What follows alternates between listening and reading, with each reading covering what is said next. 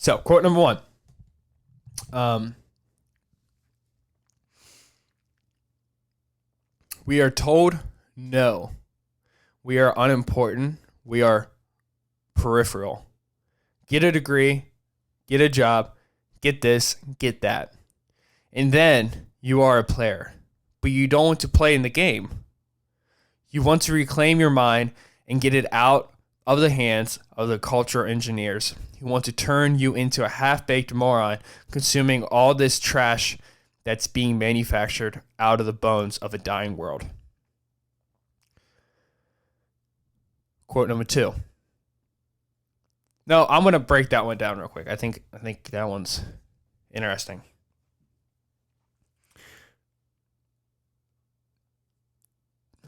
There's this philosophical question, borderline neuroscience question about free will.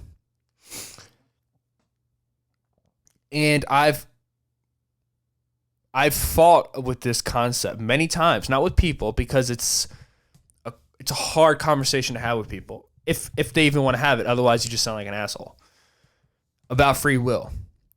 Does it exist? Is it a real thing?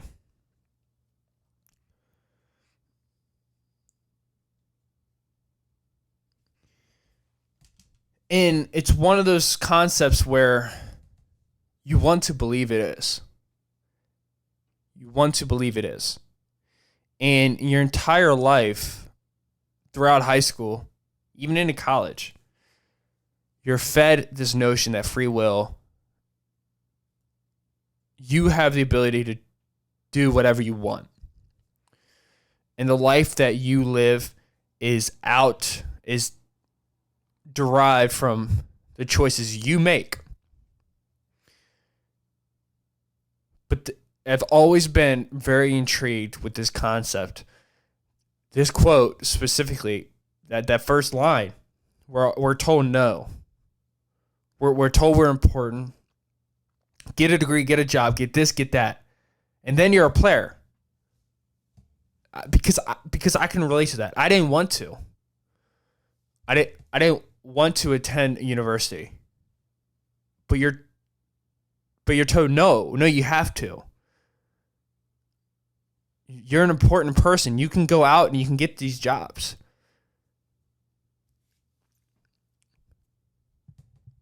You could say I had that choice to say fuck you to the system and not go.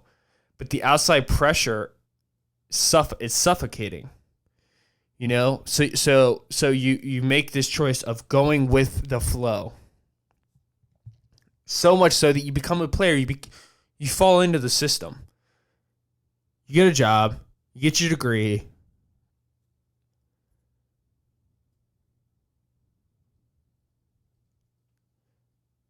and you start working. I haven't got to that point yet in my life.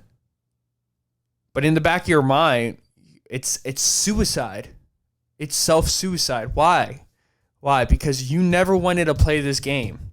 This is never what you wanted to do. And there's people all the time telling you, you can do whatever you want until game over, until it's not what's best. They think that's not what is best for you.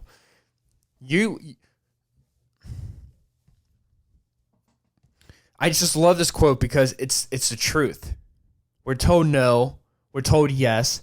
We get the thing that we're supposed to get. We get it. We get a job. And then for 40 years, we try our hardest to convince ourselves that this is what we wanted. This is what I was so afraid of. This is the reason why I don't take a traditional path. Because I knew that after 40 years of my life, if I look back and I did this and I did this only, that shit would that would crush me. Because I've done it before. Just honestly being in high school. I know I had to graduate with an education in high school because I think there's basic concepts that you need to know, like math and English and writing.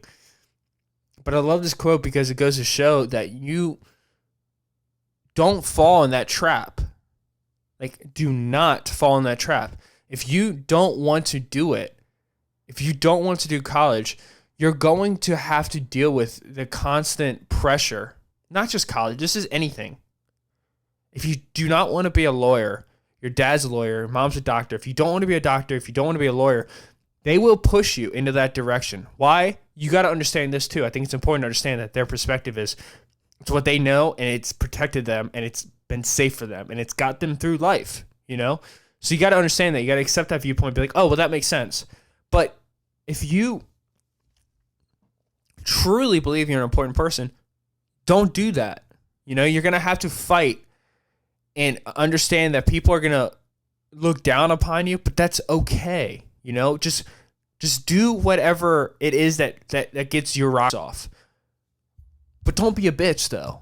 Do it the best you possibly can. You know, if you're going to do anything, don't just peacock up and be like, whoa, look, and this is what I did. This is what I did, is I peacocked up and I was like, whoa, look all you guys, look at me. I'm not doing this shit. And I'm embarrassed. Look, I'm embarrassed by it. It was embarrassing. I didn't work hard. You know, I didn't work hard. I thought I had it when I haven't even started anything. You know, and I think if you're going to do something that is against the grain, whatever that means, don't be a wiener. Kick ass, you know, kick ass. Because you don't want to be part of the system if you knew that you didn't want to be a part of the system before. Because you're never going to convince yourself that in 40 years that, oh, it's going to be all worth it. It may be all worth it. You may be able to pay for this, do that, put your kids through college. But in the back of your brain, you shot yourself through the brain 40 years ago. You killed a part of yourself. You killed that creativity, that creative part of your brain. I think that's important. I think that's a beautiful quote, and I think that's something that people need to listen to a lot more. Second one, Terrence McKenna. Look him up, guys. You'll like him a lot. Okay. Dude, ever since I got over the flu, I've had like this dry cough for like a week. And there's a guy at the gym who had the same thing I had, and he said he's had the dry cough for like 2 weeks now. But I hope I didn't get coronavirus. I don't think I did. I shouldn't have said that, but dude, I don't know what it is, but I've never coughed this much, and it's been nonstop, man. Okay. Oh, by the way, I'm also under 210 pounds consistently. I'm like 207.4 pounds this morning, which is down 10 pounds in about a month and a half, which is like the healthiest I've ever dieted in my life, which is kind of cool. Okay, here we go. And obviously when you start a diet, you're going to lose more weight quickly than, you know. I was like 220. I got up to like 225, bro. Like, I got fucking fat as shit, man. Okay, anyways. Okay, quote. Don't say quote, because you know it's a quote. All right, here we go. Ego is a structure that is erected by a neurotic individual who is a member of a neurotic culture against the facts of the matter. And culture, which we put on like an overcoat, is a collectivized consensus about what sort of neurotic behaviors are acceptable. Holy shit, that quote is beautiful. I'm just going to try to I'm processing it through my head into simple terms. So what he's saying is your ego it's always there, right? You're always going to have an ego. Some people would argue that ego is just an extreme form of consciousness. It is, because without consciousness, you don't have ego. Yeah, because you're aware of an I through consciousness, and the way that you view that I is your ego. But ego is a structure that is erected by a neurotic individual. Negative ego, I think that's what he's saying. Someone who's neurotic, all about themselves. And then it's reinforced by a culture that is neurotic too. That's narcissistic. So much so, and you see this now. I mean, you see, and this is what's so cool about his quotes is that they come true. Like, it's what we're currently living through. You start seeing a culture full of egomaniacs and narcissists. So much so that like we're living in this world now where we step away from facts. You know, we yell so loud and we're so aggressive. We deny so much that facts start turning into like, what? That's not true. I mean, that's really interesting because it's reinforced.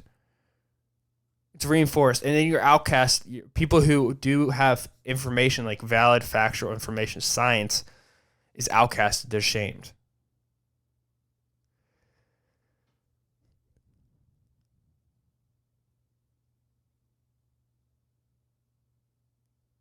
And culture, which we put on like an overcoat. And underneath of this jacket are these neurotic people.